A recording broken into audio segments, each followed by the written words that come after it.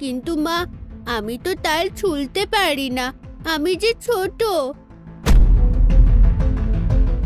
তুমি আমাকে সাহায্য করছো? গ্রামের সবাই তোমাকে ভয় পায়। হারাধন দাদু পালালো, গদাই কাকা পালালো, কিন্তু তুমি তো আমাকে মারলে না। তুমি কি আমার বন্ধু হবে? আমার তো কোনো বন্ধু নেই। গ্রামের ছেলেরা আমাকে খেলায় নেয় না, বলে আমি নাকি অপয়া। অন্ধকারে গাছের মগডালে একটা ছায়া নড়ে চড়ে বসে। রতন দেখতে পায় না, কিন্তু সে অনুভব করে। কি মিষ্টি! জানো, আজ আমি এখানেই ঘুমাবো, মামার বাড়ি যাবই না। মামা বাড়ি গেলেই আবার মারবে। তুমি আমাকে দেখবে তো? রতন গাছের গোড়ায় গুটিসুটি মেরে শুয়ে পড়ে। অদ্ভুতভাবে মশা মাছিও তার কাছে আসে না। গাছের উপর থেকে দুটো জোনাকি পোকা নেমে এসে রতনের চারপাশে ঘুরতে থাকে, যেন তারা রতনকে পাহারা দিচ্ছে।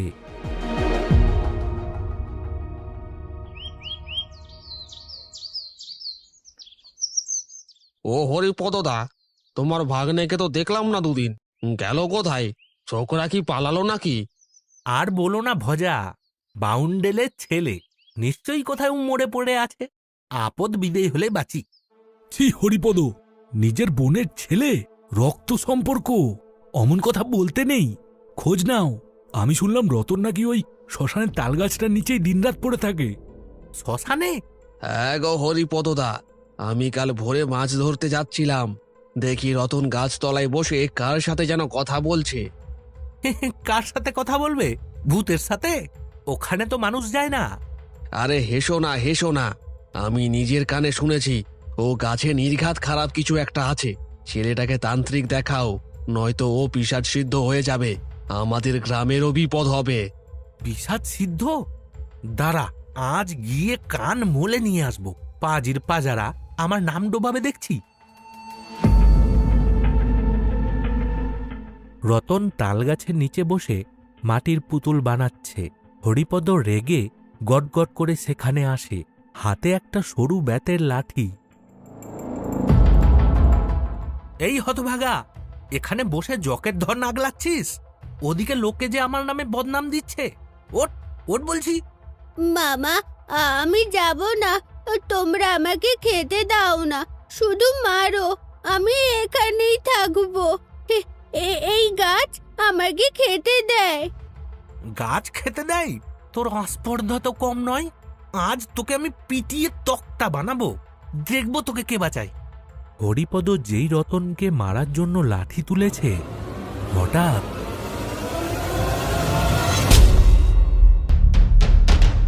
ওরে বাবা, এটা কি হলো?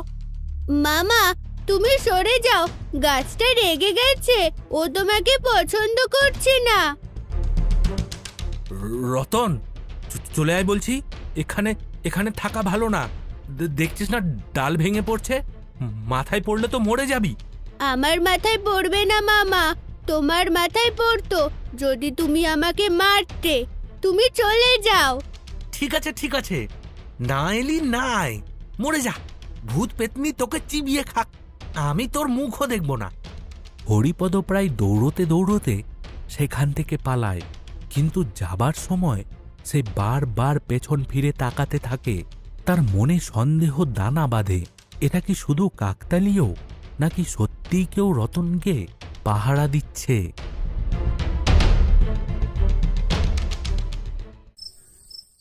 এক সপ্তাহ পরের ঘটনা। মাঝরাত। রতন এখন রোজ রাতে লুকিয়ে শ্মশানে যায়, আবার ভোরের আগে মামার গোয়াল ঘরে ফিরে আসে, যাতে কেউ সন্দেহ না করে।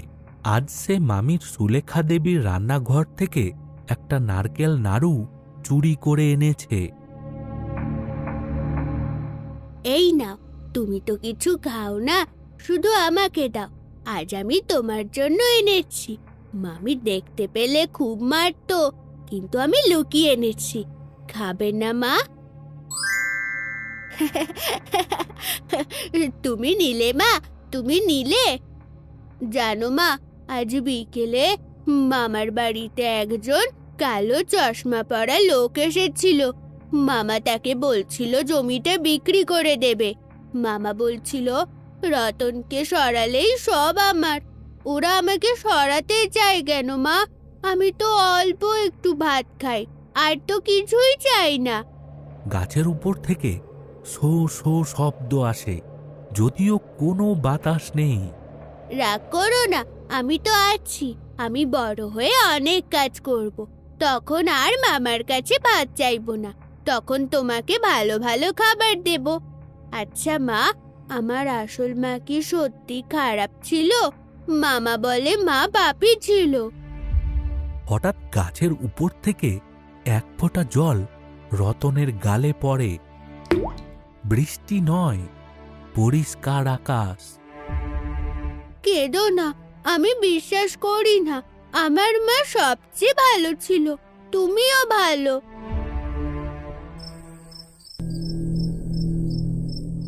এদিকে হরিপদর ঘরের ভেতর লণ্ঠনের আলোয় হরিপদ আর সুলেখা দেবী আস্তে আস্তে কথা বলছে। তুমি কি সত্যি জমিটা বেচবে? কিন্তু রতনের সই ছাড়া তো হবে না। ও তো এখনো নাবালক, কিন্তু ওর অভিভাবক হিসেবে তোমার সই তখনই মানাবে যদি রতন নিখোঁজ হয় বা মরে যায়।